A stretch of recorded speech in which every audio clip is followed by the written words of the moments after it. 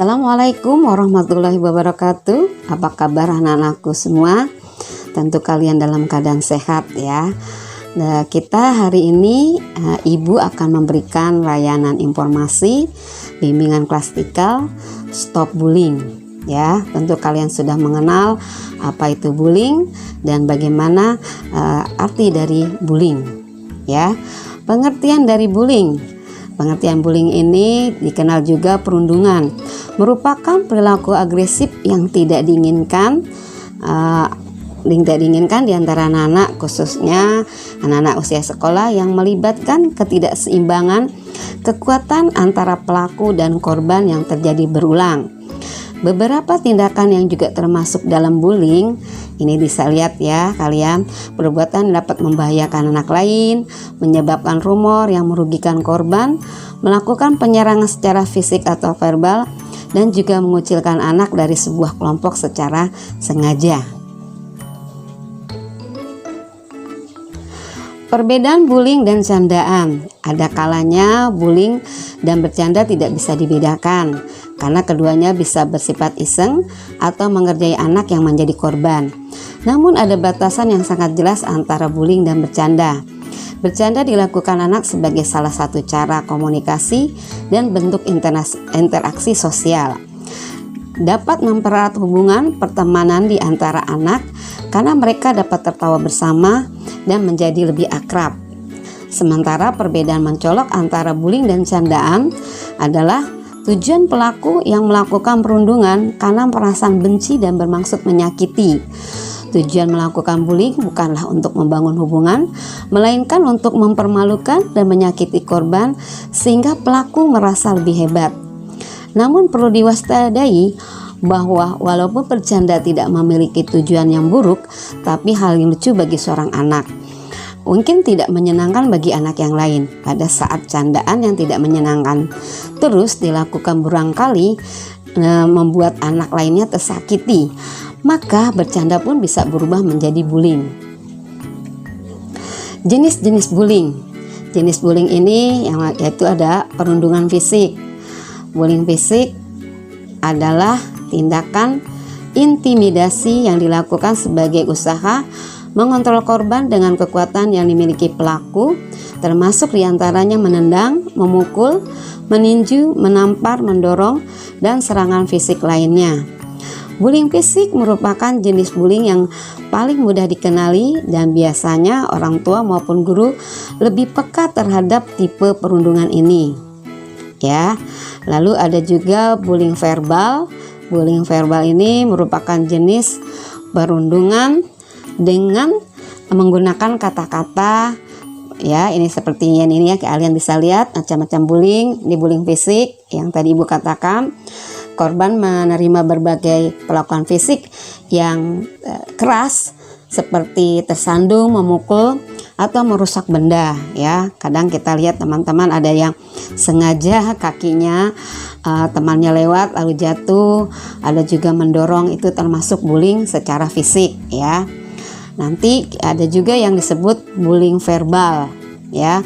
Bullying verbal ini merupakan jenis perundungan dengan menggunakan kata-kata, pernyataan, dan sebutan atau panggilan yang menghina.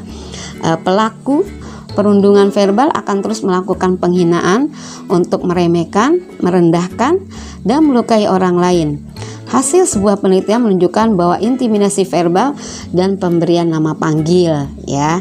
Ini bullying secara fisik, tadi kita sudah lihat. Yang kedua adalah bullying secara verbal dengan kata-kata yang menyakitkan ya, hinaan terhadap seseorang dipertujukan kepada orang lain sehingga orang itu merasa dia terhina ya. Ada juga yang namanya bullying sosial.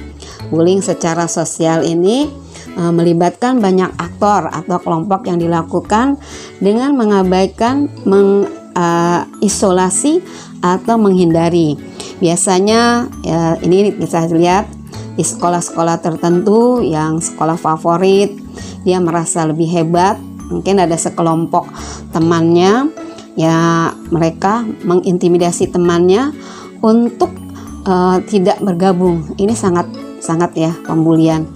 Dan maka katakan stop bullying, baik verbal maupun sosial. Ada juga membullying dengan cyberbullying ya, tindakan perundungan yang terjadi secara online di dunia maya ini merupakan tindakan yang paling tidak disadari orang tua, orang guru. Perundungan melecehkan, mengancam, mempermalukan ya di sini melalui media online. Besar kemungkinan seorang anak korban ini terus terang jika dia mengalami perundungan, maka anak tersebut akan mengalami depresi mental ya. Dia merasa tidak punya kekuatan. Nah, ini cyberbullying. Dengan ciptaanmu adalah harimaumu, hati-hati ya. Karena dengan adanya di media sosial, jangan sampai kalian berurusan dengan kepolisian ya, dengan di dunia maya ini. Itu yang disebut dengan cyberbullying. Ya, di sini juga kita bisa lihat akibatnya dari bullying. Pernah juga kita sering melihat di media sosial, televisi, bahkan salah satunya adalah bunuh diri. Disebutkan karena cyberbullying, merasa tertekan di dunia maya, ya, dia tidak punya kekuatan, terhina, tidak ada tempat untuk berbagi, sehingga jalan yang ditempuh adalah membunuh diri ya. Ini salah satu dari tekanan dari bullying, sangat luar biasa ya. Lalu juga ada yang beralih ke narkoba, yaitu dengan minum atau dengan suntik ya. Peralihan dengan narkoba ini karena dia ingin membangun percaya diri, dia ingin lari dari kehidupan normal dengan berteman di narkoba. Ada juga dia merasa tertekan karena dia tidak punya teman dari kelompoknya, dia diasingkan, dia dikucilkan, rasa terhina, dia tidak mempunyai teman untuk berbagi, di mana dia juga tertekan ya. Ini depresi mental.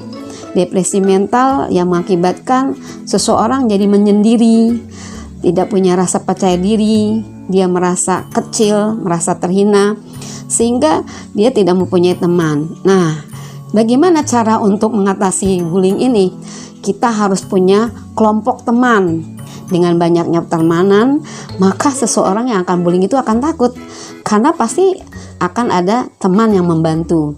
Dengan berbagai pertemuan ya, kelompok-kelompok belajar, ada kelompok-kelompok pengajian, membahas soal, sehingga kita mempunyai banyak teman. Dan untuk terjadinya bullying ini akan kecil sekali. Dan yang kita juga harus punya kekuatan diri, seperti punya seni bela diri, taekwondo, karate. Dengan mempunyai kekuatan diri seperti ini, seseorang akan takut melakukan pembulian. Kita mempunyai kekuatan, kita percaya diri dengan kekuatan diri. Tapi ingat, jangan sampai disalahgunakan. Dengan kekuatan diri ini, percaya diri, saya mampu, saya punya prestasi yang lebih hebat dibanding teman-teman. Prestasi akademik, non-akademik, minat kalian, hobi kalian dikembangkan, sehingga orang tidak akan terjadi pembulian. Orang akan takut membuli jika kita seseorang itu punya kekuatan atau power ya. Percaya diri, believe in yourself. Jadi kita harus punya percaya diri ya, believe in yourself. Jadi harus punya kekuatan. Kita harus punya kelebihan dibandingkan orang lain. Dengan ini orang tidak akan melakukan bullying ya. Pernah katakan stop bullying, karena bullying ini sangat-sangat menyakitkan, sehingga kita tidak punya pertemanan, merasa terbebani, depresi mental. Ada juga yang tidak nafsu makan, tidur. Beberapa teman kalian juga pernah ada yang mengalami sampai ingin mengundurkan diri dari sekolah karena karena dibully oleh teman sekolahnya. Oke, dari itu stop bullying. Jangan ada lagi bullying di antara kalian. Semuanya hidup damai, berteman, belajar bersama, akan indah. Masa depan kalian baik, kalian punya cita-cita. Dengan ini Ibu katakan, ingat, kita sama-sama berteman dan tidak ada lagi stop bullying di antara kalian. Terima kasih Ibu ucapkan, semoga kalian berhasil dan mempunyai cita-cita masa depan yang cemerlang. Terima kasih atas perhatiannya. Ibu mengucapkan Assalamualaikum warahmatullahi wabarakatuh.